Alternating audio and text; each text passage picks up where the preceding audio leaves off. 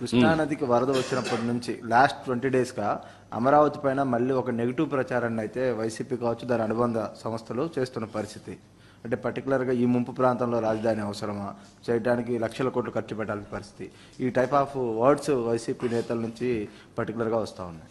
ఈ తెలివైన మేధావుల్ని చెన్నైని మార్చేయమనండి, బెంగళూరు సిటీని మార్చేయమనండి, బాంబే సిటీని మార్చమనండి, హైదరాబాద్ సిటీని మార్చమనండి. బుద్ధి జ్ఞానం ఉంటే మాట్లాడడం మానేయమనండి, బుద్ధి జ్ఞానం లేకపోతే మాట్లాడమనండి.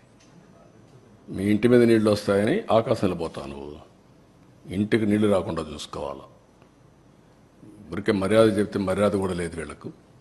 మర్యాద తెలుసుకునేది నేర్చుకోవాలి. ఇంకొకసారి మాట్లాడితే ఆ నాలుకలు తాళాలు వేయాల్సి వస్తుంది.